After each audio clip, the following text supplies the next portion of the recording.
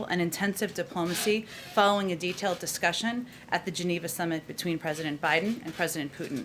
Today's resolution, which renews the cross-border agreement that would have expired on July 10th, will provide further life-saving humanitarian assistance to the people of northwest Syria and is part of a broader humanitarian initiative led by the United Nations.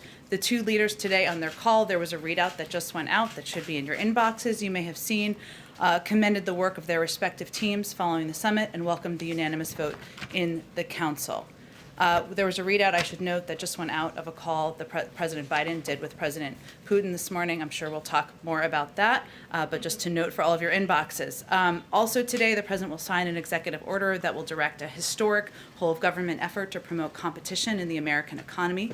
This effort has three goals: lower prices for consumers, higher wages for workers, and more innovation and economic growth. Lack of competition drives up prices for consumers. Barriers to competition also drive down wages for workers. When there are only a few employers in town, workers have less opportunity to bargain for a higher wage and to demand dignity and respect. In total, higher prices and lower wages caused by lack of competition are now estimated to cost the median American household $5,000 per year. So we want to work to address that.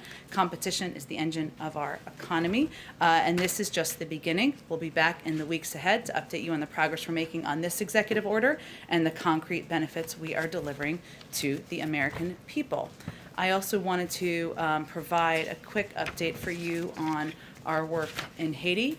The United States remains engaged and in close consultations with our Haitian and international partners to support the Haitian people in the aftermath of the assassination of the president. In response to the Haitian government's request for security and investigative assistance, we will be sending senior FBI and DHS officials to Port-au-Prince as soon as possible to assess the situation and how we may be able to assist. I also wanted to note that in January 2021, we announced a $75.5 million for a wide range of issues, including democratic governance, health, education, agricultural development, and strengthening of pre-election activities. Strengthening Haiti's law enforcement capacity is a key U.S. priority, was before the assassination a few days ago, continues to be. And the U.S. Department of State's Bureau of International Narcotics and Law Enforcement Affairs provides assistance directly to the Haitian National Police. We are also providing $5 million to strengthen the Haitian National Police capacity to work with communities to resist gangs. I also wanted to remind you all that earlier this year, the Department of Homeland Security redesignated temporary protected status for Haiti for 18 months, something the Secretary announced in May and something we are working to implement. And finally, Haiti is one of the countries that will be receiving vaccines from the United States. We will be prepared to deliver those, hopefully as early as next week. Part of that is assessing what can happen with the airport and how we will be able to deliver these. Two other updates. One other update and the week ahead. On global vaccines, today we are sending 3 million doses to Indonesia, 1.5 million doses to Nepal, 500,000 doses to Moldova, and 500,000 doses to Bhutan. With these shipments in this week alone, we have sent nearly 15 million doses to countries including Guatemala, Uruguay, Paraguay, Bolivia, Afghanistan, and Vietnam. On Indonesia, I also wanted to add that in addition to the vaccines, we're moving forward on plans to increase assistance for Indonesia's broader COVID-19 response efforts. We recognize the difficult situation Indonesia currently finds itself in with a surge of COVID cases, and our thoughts are with those in Indonesia who are affected. Finally, let me get to the week ahead. On Monday, the President will meet with local leaders, including law enforcement, elected officials, and a community violence intervention advocate to discuss his administration's comprehensive strategy to reduce gun crimes and other violent crimes. And that's here at the White House. On Tuesday, the President will deliver remarks in Philadelphia, the birthplace of democracy, on his administration's actions to protect the sacred constitutional right to vote and the need to overcome anti-voter laws. He will make the moral case to the American people on why the right to vote is fundamental to who we are as a nation. On Thursday, the President will deliver remarks to mark the day that tens of millions of families will get their first monthly tax relief payments thanks to the American Rescue Plan. The expanded child tax credit provides working families $250 each month for every child 6 to 17 years old and $300 each month for every child under 6 years old. Also Thursday, the President will welcome German Chancellor Angela Merkel to the White House for an official working visit. Her visit will affirm the deep and enduring bilateral ties between the United States and Germany. This forward-looking visit will address our robust partnership on shared global challenges and identify areas to further strengthen cooperation in the months and years ahead. And on Friday, the President will participate in the Asia-Pacific Economic Cooperation Leaders Retreat, remotely, obviously, on the response to the COVID-19 pandemic. On Friday afternoon, the President will travel to Camp David, where he will remain over the weekend. Alex, that was a lot of information. Hopefully, go ahead. And we have new information about a call with President Putin. Can you tell us more about what prompted this? Was it decided in response to these recent ransomware attacks? What exactly did President Biden say? He reiterated that the United States will take any necessary action to defend its people. What threats, if any, did he make? And then I wanted to know, the top of the readout suggests that it was partly sort of a pleasant call. The leaders commended their joint work. So can you explain why President Biden was at all pleasant in this call when it seems that there are all of these ransomware attacks coming from Russia that may have been government approved? First, let me say that the President is a believer in face-to-face diplomacy when possible and leader-to-leader diplomacy when that's not possible. And this is an example of that. And this is the first time, even though ransomware attacks have been increasing over the past 18 months, if not longer, that there has been this level of engagement at this level. And certainly the President knew, even when they met in Geneva, that there would be a need for ongoing discussions and engagements. I would say the reason that they commended the work of their teams is this is consistent with the President's view that diplomacy includes working together where there is opportunity and agreement and being clear and candid and forthright when there is disagreement. And this call is an example of that. So because of their agreement and the discussion they had in Geneva, the UN Security Council is going to extend access for humanitarian corridors, providing assistance, humanitarian assistance to people in Syria. That's something that is pivotal and that is going to save lives. That is something to be commended. At the same time, the President made clear, as I think you could see in the readout, that he underscored the need for President Putin to take action to disrupt these ransomware groups. Our evil, we know, operates in Russia and other countries around the world, and we don't have additional or new information suggesting the Russian government directed these attacks. We also know, and we also believe, that they have a responsibility. They have a responsibility to take action. And as you can see in the readout, the President also made clear that the United States will take any necessary action to defend its people and its critical infrastructure. So this was an example of leader-to-leader diplomacy, something the President feels is vital as he operates in the world. A quick note of clarification on the new CDC guidelines on schools, because there seems to be a lot of confusion when these come out. Schools are now supposed to allow teachers and students that are vaccinated not to wear masks, but they're not recommended to keep track of that. Is that a recommendation enforceable? And if not, why even make the recommendation to begin with? And then going forward, as we're seeing an increase in vaccinations or increase in the Delta variant in some of these under-vaccinated clusters, is there a situation in which the administration would suggest returning to virtual learning at all? First, the CDC laid out ways several months ago that all schools can safely return to in-person learning. That applies to schools in areas where there are high levels of vaccination and areas where there are lower levels of vaccination. And thanks to the American Rescue Plan, $122 billion in funding, schools can implement these mitigation measures that they may not have been able to prior. So this guidance today reiterated that masks should be worn indoors by all unvaccinated individuals individuals, schools should continue to maintain at least 3 feet of physical distance. Screening, testing, ventilation, hand washing and respiratory etiquette, staying home when sick and getting tested, contact tracing with quarantine, and isolation and cleaning and disinfection continue to be important layers of prevention to keep schools safe. Now, the guidelines that they provided, the guidance, is in line with their public health guidance that they have provided broadly. So if somebody is vaccinated, they are safe. If they are not vaccinated, which obviously applies to children who are under a certain age who are not yet eligible, then there are guidelines that remain in place. How these guidelines will be implemented has always been the purview of local school districts. That has always been the case with vaccines in general, even prior to the coronavirus. So this is public health guidelines that they are providing. It is up to the school districts to apply and implement. Go ahead, Jeff. Some 3 weeks or so ago, President Biden in Geneva said that Vladimir Putin knows there are consequences. He knows I will take action. Did he raise the volume of a similar message in their call today, or did he amplify it in any way, or did he just repeat it?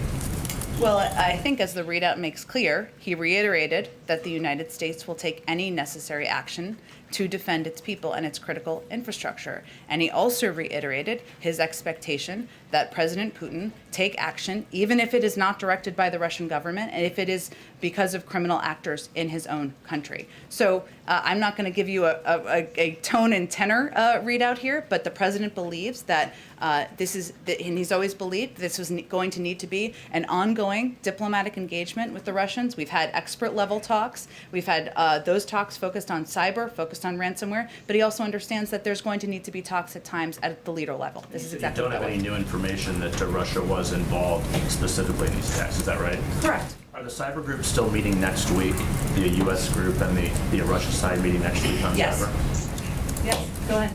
So in this call with President Putin, did Putin provide any assurances to President Biden that he will in fact crack down on cyber criminals that are in his country? Well, I'm not going to read out on behalf of the Kremlin. I will let them read out their own, what the president conveyed to President Biden. Sorry, I didn't mean to cut you off, but did President Putin provide any assurances to President Biden on that call? Again, that's not an appropriate role for the United States to convey. I can convey and read out to you what role President Biden played and what message he delivered to the Russians. Go ahead. So you've talked about the visit of Chancellor Merkel coming on Thursday. To what extent will President Biden ask Germany and other countries that are involved to stand with him in a response to Russia on these ransomware attacks? Is that a big part of your agenda? Well, I would say that it has long been, and it was back to the G7 and the meetings on the president's first foreign trip. Part of his message to other European leaders and partners was we need to stand together and work together to address the threat of ransomware, cyber attacks. It is not just an issue for the United States. It is an issue for a range of countries around the globe. In terms of what percentage of the meeting, I think we'll have more as we get closer to the meeting with Chancellor Merkel, but certainly I would expect that the rising threat of cyber and ransomware would be part of the agenda. I have one more on Germany and then another quick one. So on Germany, this one residual issue that is still to be addressed has to do with Nord Stream. To what extent are you hopeful that you might be able to reach some kind of an agreement or extract some kind of promises from Germany that would stave off the need to have this sanctions take place? Well, take effect? It certainly will be a part of the discussion, and the president's, our view continues to be that it's a bad deal and one that has global issues involved in it, but I'm not going to predict for you what the outcome of the meeting will look like. Yeah. Real quick on Haiti. Yeah. So we have some reporting that there's investigation going on about the role that Haitian Americans may have played in that attack. Can you say a few words about your understanding of that? I understand you're sending to the FBI and DHS, and it may be a bit premature, but any readout now would be helpful. I don't have anything to update in that regard. Obviously, the investigation is being led by Haitian police forces on the grounds. There have been some reports I think you're referencing, but I don't have any update beyond that. Would that be a serious concern for the White House if you found that there were, in fact, American citizens involved in this assassination? Well, certainly, but I'm not going to get ahead of where the investigation is going. It's ongoing. It's led by the Haitians on the ground. Go ahead, Kelly. Did the president, in his conversation with President Putin, expand on the list that he presented to him in Geneva about the types of critical infrastructure and parts of the U.S. economy that were off limits? Has the increase in ransomware informed his view on that to expand that?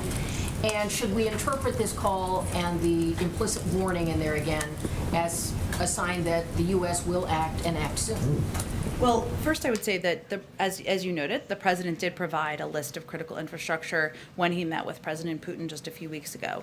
He did that because, of course, an attack on critical infrastructure that would take out a swath of the American economy would have a significant national security impact. He did not provide that list to say if the attack is not on critical infrastructure, we're not going to take action. That was not the restriction he gave himself. And I think in this call today, he was making clear that, again, and reiterating again, that attacks by criminal groups, by actors that may not be directed by the Russian government, you still have a responsibility. And in terms of actions, he made clear that he's going to take steps to defend the American people and our own infrastructure and our interests here in the United States. So while we're not going to preview operationally what that looks like or what he may decide to do, he did make clear that he reserves that option to take action. And do you think the president's intent in having this call and on this topic within the call was to send that signal that action could be imminent? I think his intent was to make clear and reiterate again that attacks by criminal groups, ransomware attacks by criminal groups on entities in the United States is not acceptable, and that we reserve the right to take action. Go ahead, Misha. Thank you. Did President Biden specifically ask about Casilla and the RNC hack in this phone call? And did Putin say he was investigating? Did he deny it? What was that conversation? Well, I'm still not going to read out what President Putin said, and I'm sure that the Kremlin will do their own readout of what he conveyed. I can tell you broadly that, of course, the ransomware attack that happened over the course of last weekend was a big focus, of course, of the call, which was clear in the readout that we provided. Again, I would reiterate on the RNC attack that the information we have to date is that was on a third-party entity, and it's something the FBI is working with them on. We don't have additional information beyond that at this point in time. Did the president express when he would take this action? I'm just not going to have more to read out for you on operational details or specifics. Okay, and I have a question on Hunter Biden's artwork. Did the White House play any role in crafting the sales agreement with the New York Gallery to protect the purchasers or the ultimate purchaser's identity? Well, I can tell you that after careful consideration, a system has been established that allows for Hunter Biden to work in his profession within reasonable safeguards. Of course, he has the right to pursue an artistic career, just like any child of a president has the right to pursue a career, but all interactions regarding the selling of art and the setting of prices will be handled by a professional gallerist adhering to the highest industry standards, and any offer out of the normal course would be rejected out of hand, and the gallerist will not share information about buyers or prospective buyers, including their identities with Hunter Biden or the administration, which provides quite a level of protection and transparency. The gallery owner is a private citizen who might not be privy to who might have some interests in purchasing this artwork. Is the White House doing anything to work with the owner to make sure there's not impropriety there when it is ultimately sold? Well, I think it would be challenging for an anonymous person who we don't know and Hunter Biden doesn't know to have influence. So that's a protection. Go ahead. Thanks, Jen. On this call this morning with the Russian president, did President Biden discuss at all the Taliban delegation that was in Moscow yesterday? The focus of the call and the conversation, which I can tell you was about an hour long, was really primarily on these two topics. I can see if there was anything in addition that was raised, and I can follow up with you after the briefing. And then on the Afghan translators, does the president believe he has any executive authority to determine where these Afghan nationals await their visas? I know that the president said yesterday you guys are working closely with Congress. Want to know what that looks like. But in addition, does he have any influence on where they wait out this time period for their visas, as he similarly exercised with immigrants at the southern border by ending the Remain in Mexico policy?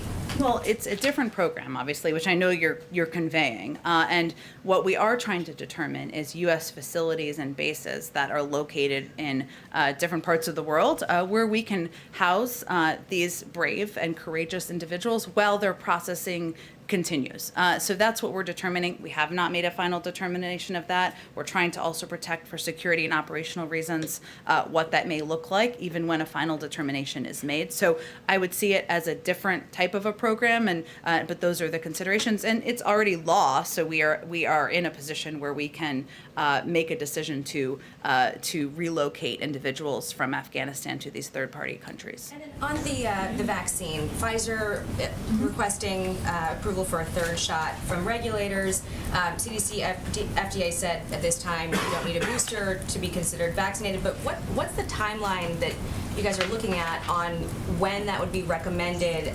especially as it pertains to meeting vaccination requirements to forego things like masks? Well, first, and you referenced this, but just for others, the CDC and the FDA put out a pretty clear statement last night after the announcement by Pfizer, making clear that Americans who have been fully vaccinated do not need a booster shot at this time. I'd also note that they are constantly engaged in a rigorous process to consider when a booster might be necessary, but I can't make a prediction of that. That's going to be led by the data and by the science. But at this time, that is not a determination that they have made, and we wanted to make clear that that is not something that the American people need to plan for at this moment. Jen. Go ahead. I'm just going to jump around because I haven't gotten to a bunch of people in this room in a couple of days. Go ahead. Jen, a couple on Afghanistan, just to follow. Yesterday, the president said that he actually denied that the intelligence community had assessed that the Afghan government could collapse.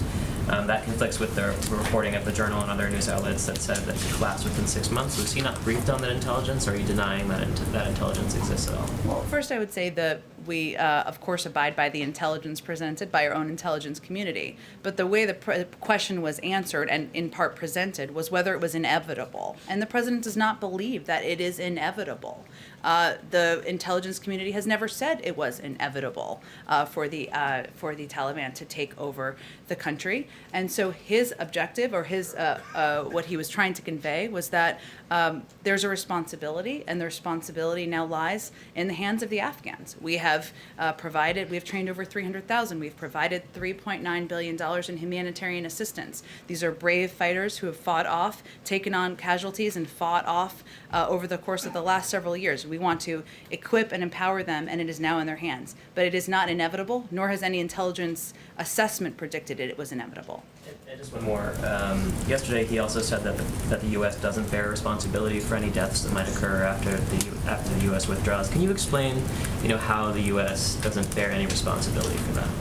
Well, I think what the president was conveying is that we are doing everything we can to equip, train, empower the Afghan National Security Forces, and we're going to continue to remain engaged, not just through the end of August, but then forward. But it is going to be up to them it is ultimately their job and responsibility now to demonstrate their capabilities and their will to defend their country. And that was what he was attempting to convey yesterday. Just really briefly on the competition executive order, was there any discussion about trying to accomplish those goals through legislation? And would that be the president's preferred approach over an executive order that could be overturned by his successor? Well, there's certainly value in legislation. It makes it more permanent, so there's no question about that. But the president is going to continue to use authorities that every president before him has had. Executive actions, which allow him to take actions to make industries more competitive, to bring relief to consumers and the American people. So I'm not going to rule out future legislative discussions with Congress should they want to pursue them, but these are actions he could take that could have a huge immediate impact on the American people. Go ahead in the middle. Just two quick questions, Jen. The first is, I spoke with a number of justice organizations and families that want to know if the president is going to address the over 4,000 inmates, low offender inmates that are sent home due to the pandemic that may have to go back. They're saying that they want to know, is he going to make a statement? How is he going to address it? And is he willing to find a way to keep them home, whether that's granting clemency or ordering the DOJ to go back and revisit that memo that was done under the Trump administration? Sure, it's a great question. It is something the president is following closely. A lot of it is under the purview of the Department of Justice. I can see if there's any new update for you that I can provide to you after the briefing. Secondly, on the campaign trail, the president said, especially for those moments when this campaign was at its lowest, the African American community stood up again for me. Then they always have my back and I'll have theirs. With that said, I know you said on Tuesday he's going to Philly, but there are many activists on the ground who feel like the president has not done all that he can. Are we going to see him going state to state like he did with infrastructure and having a very in-your-face approach with many Republicans, like in Arizona, confronting some of these rules or even pressing Democrats when it comes to nuking the filibuster?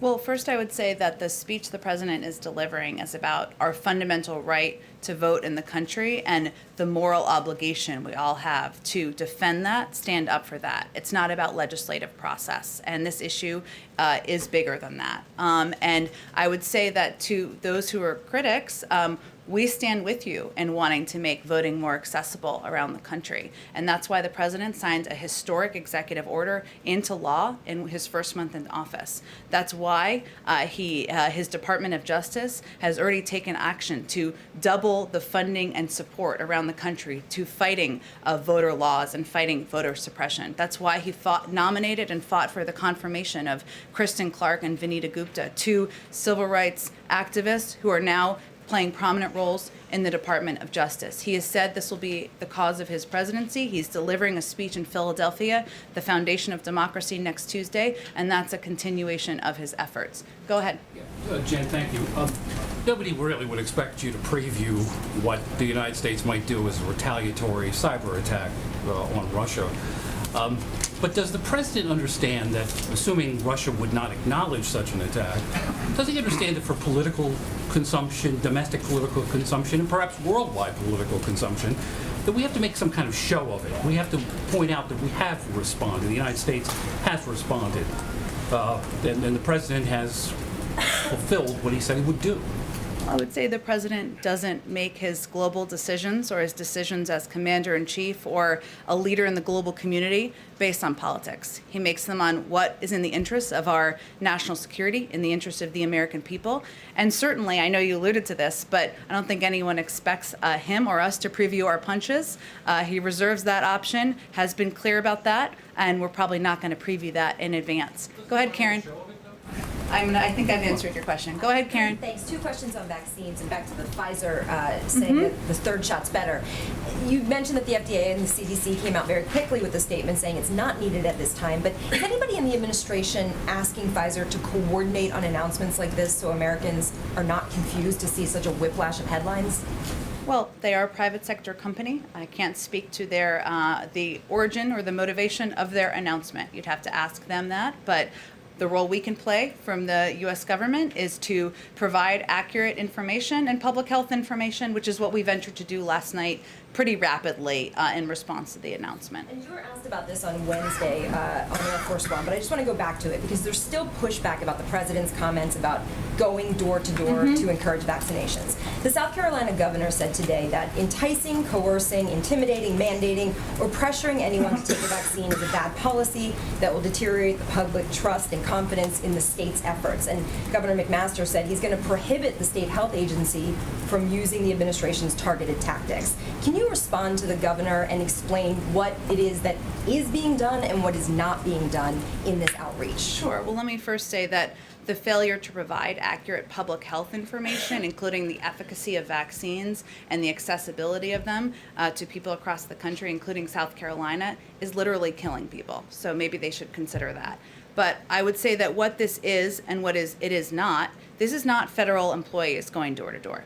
This is grassroots volunteers. This is members of the clergy. These are volunteers who believe that people across the country, especially in low vaccinated areas, should have accurate information, should have information about where they can get vaccinated, where they can save their own lives and their neighbors' lives and their family members' lives.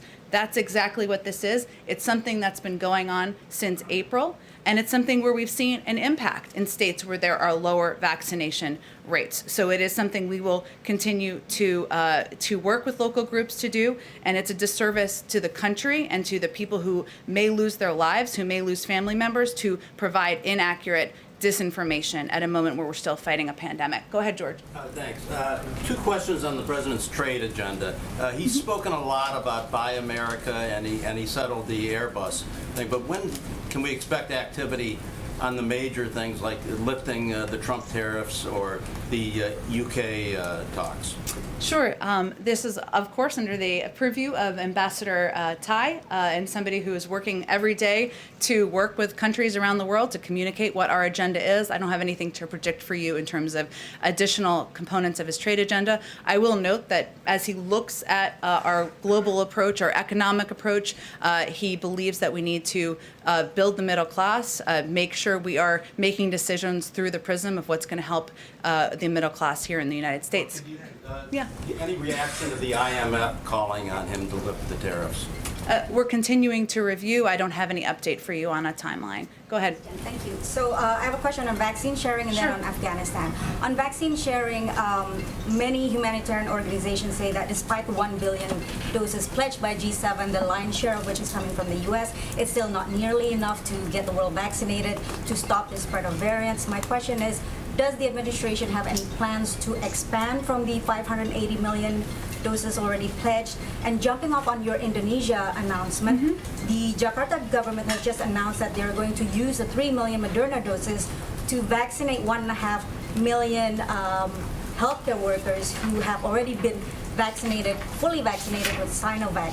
So would you care to comment about that in regards to U.S. vaccine diplomacy versus Chinese vaccine diplomacy? Sure. Well, first I would say that there are no strings attached to our vaccines that we're providing. We're providing them around the world to save lives and to be a contributor to the global effort to fight the pandemic. You're absolutely right that there are more doses needed beyond the billion. I would note that the United States is far and away the largest contributor in the world to the fight against the pandemic, including specific doses of vaccines. And we have, the president has made clear that we will continue to build from here. And we're working on manufacturing capacity around the world and in the United States, and we will continue to contribute even beyond the billion doses. Afghanistan, the Taliban has captured a key border crossing with Iran today, a move that's designed to choke the Kabul government economically. So if the Taliban continues to make military gains to push the Kabul government towards collapse, at what point would the president reconsider his strike policy to include airstrikes on the Taliban rather than just ISIS and Al-Qaeda? Well, I'm not going to predict an outcome that we are certainly working with the Afghan National Security Forces to push against.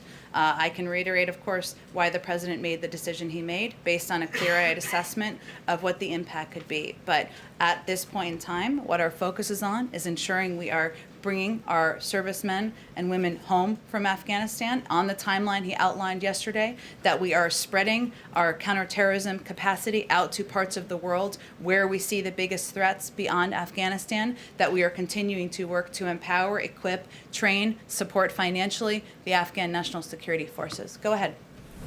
Thank you, Jen. We're almost halfway through the 90-day period that the White House has set for the U.S. intelligence community to redouble its efforts and analyze information about the origin of COVID-19.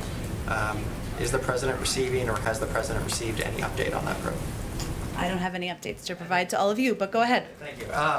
And then second question, delegates of the National Education Association, they approved a measure last week calling for support of, quote, the implementation of culturally responsive education, critical race theory, and ethics studies curriculum in pre-K through 12 and higher education.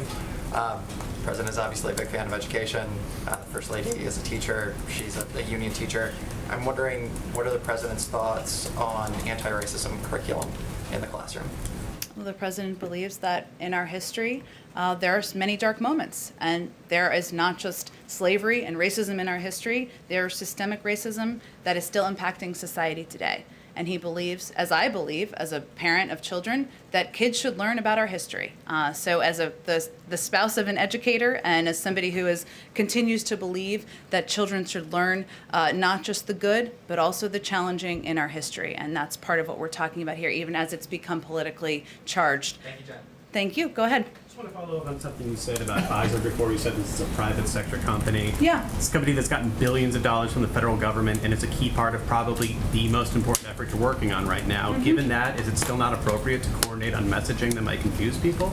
Well, again, the role we can play is to determine how we communicate from the federal government and how we communicate accurate public health information to the American people. And that's what we ventured to do as quickly as possible last night after the statement came out. Go ahead, Jen.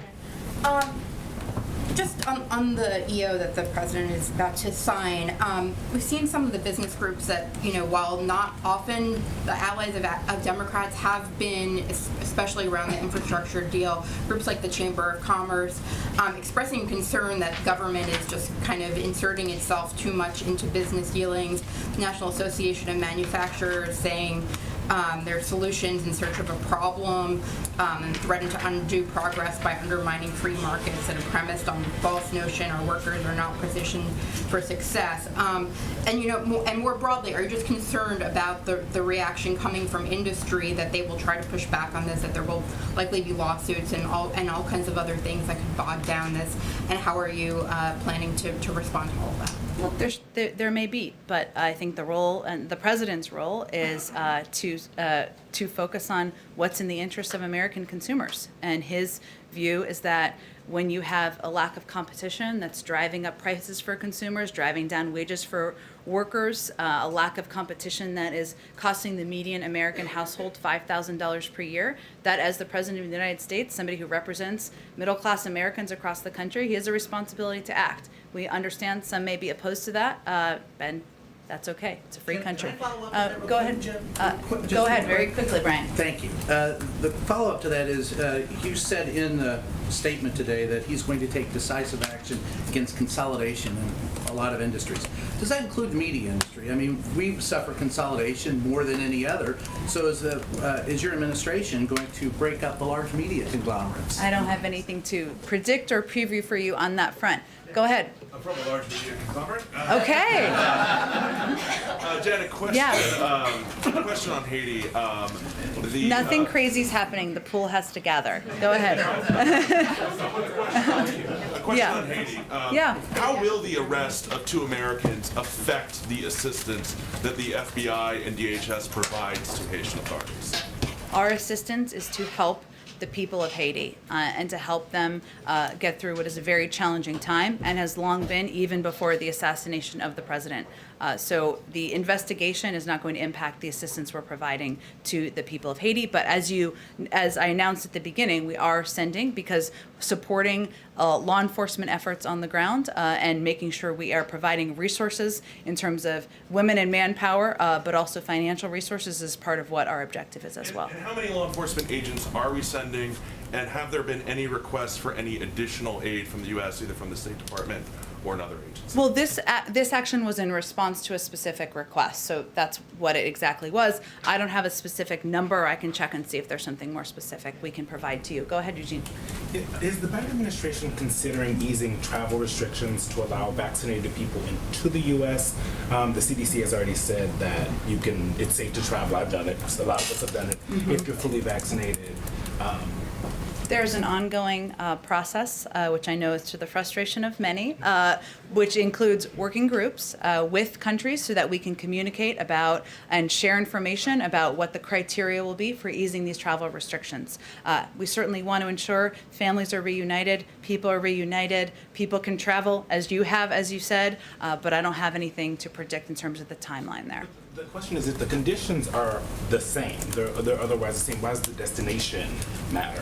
They look at a range of criteria, but it's based on public health discussions. Public health experts are a part of these discussions on all sides, from our country and from the others who are participating. And last question. In May, the administration came out in support of the TRIPS waiver, which would make vaccines more available around the world by waiving the IP protections. Angela Merkel will be here next Thursday. Germany is against the TRIPS waiver, and I think it has to be unanimous. Is that on the agenda for President Biden to talk to her about that?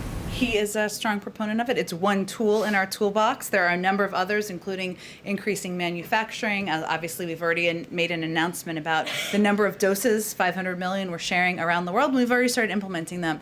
I know it sounds like there's a lot of interest in what will be on the agenda. Let me see if there's more about the agenda for the meeting with the German Chancellor to predict. Let me go all the way to go ahead in the middle. Go in the middle. Thanks, Jen.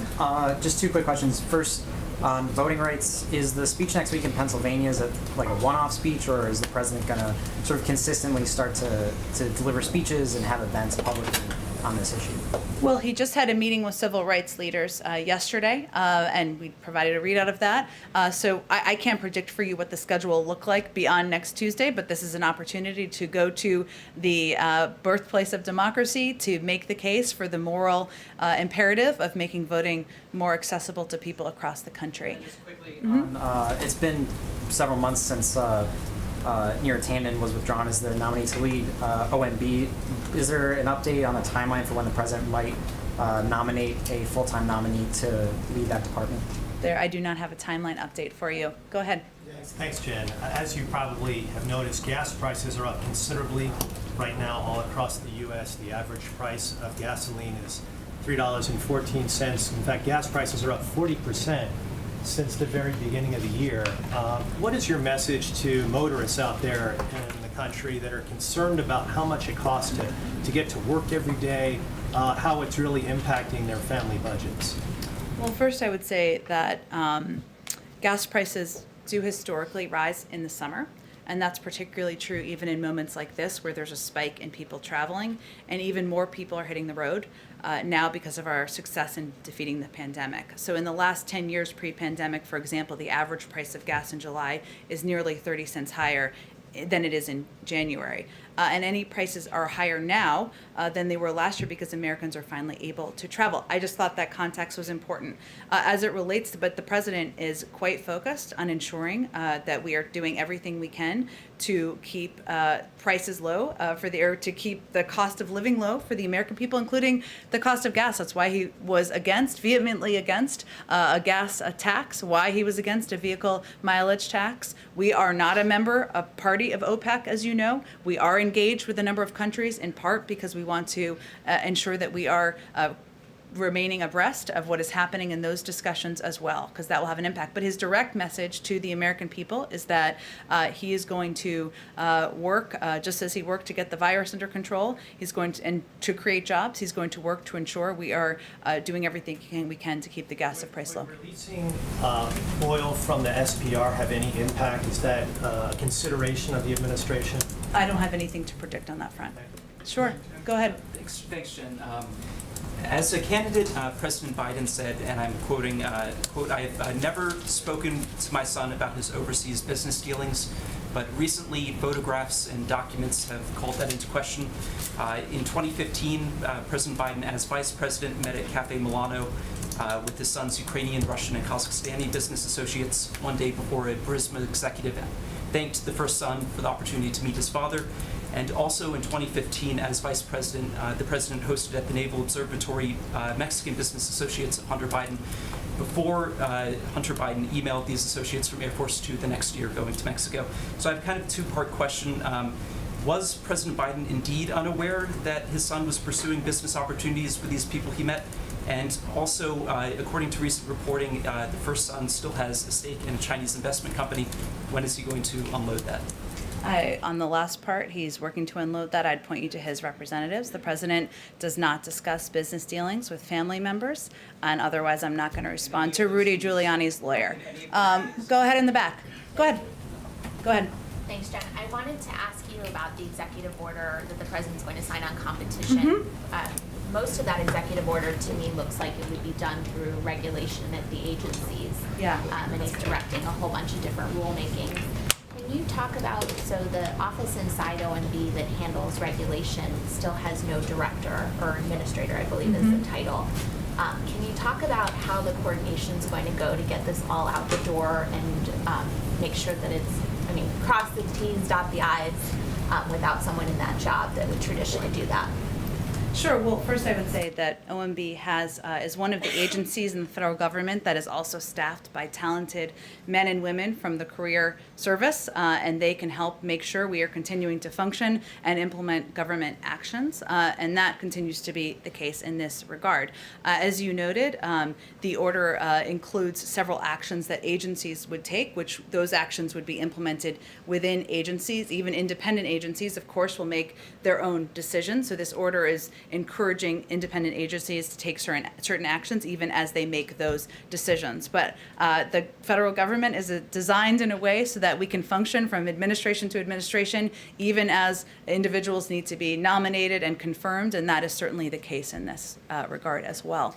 All right, let's see. Go ahead, Nikki. Go ahead. So, since Tampa won the Stanley Cup, what is President Biden? All right. getting- I wasn't on my bingo card today, but that's fine. One little segue. Yep. What is President Biden receiving from Prime Minister Trudeau? Because I know that there's a bet out there. And then when are we going to see the lightning or other sort of bigger events start happening again at the White House? Soon. We've already started to have events, as you all know. We've had some over the course of the last few weeks.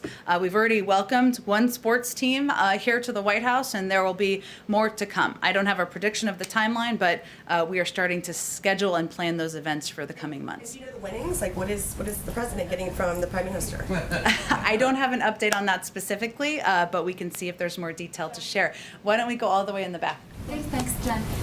Can you give us an update on the nuclear talks in Vienna? Will we have a 7th round of talks? Sorry, I didn't hear the Nuclear last part. talks in Vienna. The Yes. Nuclear talks. Will we have a 7th round of talks? That is certainly the intention, but I don't have any update on the timeline of those. Go ahead, next to you. Thank you very much, Jen. On China, is White House planning to hold another phone call with Chinese leader Xi? And at the G20 summit in October, is President Biden willing to hold a summit with Xi on the sidelines? I know the G20 summit is coming up right around Halloween, but that is quite some time from now in terms of the planning and what other events may or may not be around it. Certainly, we are in touch at a very high level with Chinese leaders in terms of an upcoming call with President Xi. I don't have anything to predict on that front. Why don't we go all the way? I'm just trying to get all the way to the back because I'm not great at doing that. Go all the way in the, yeah, go ahead. Go ahead. Thank you, Jen. On the competition policy executive order, Yep. Are there any additional steps that have already been taken, like at the interagency level, so that we're going to see a proposed rule from the Department of Transportation on airline fees or something next Tuesday? How much of this is sort of pre-staged versus starting at the beginning of the process? Well, where appropriate with agencies that are, of course, not independent agencies that we've been working closely with, we have been working with them to develop policies and do that in alignment. The timing of proposed rules, I would point you to each agency. Obviously, as you know, that takes some time depending on the complication of the rule, but we develop this through an interagency process where appropriate, and there is, of course, broad support for the competition agenda in the administration. Also asked, because there was the Bipartisan Policy Center had a report the other day on the debt limit. Treasury has been unclear on when exactly the X date will arrive. Is the president going to be pushing Congress to raise the debt limit or suspend it again before they leave for the August recess in the early August? I think the president certainly expects that Congress will take steps, as they have 3 times during the prior administration, to raise the debt limit. All right, I think we have to wrap up because I think we're going to move to the president's remarks. Thank you, everyone. Have a wonderful weekend.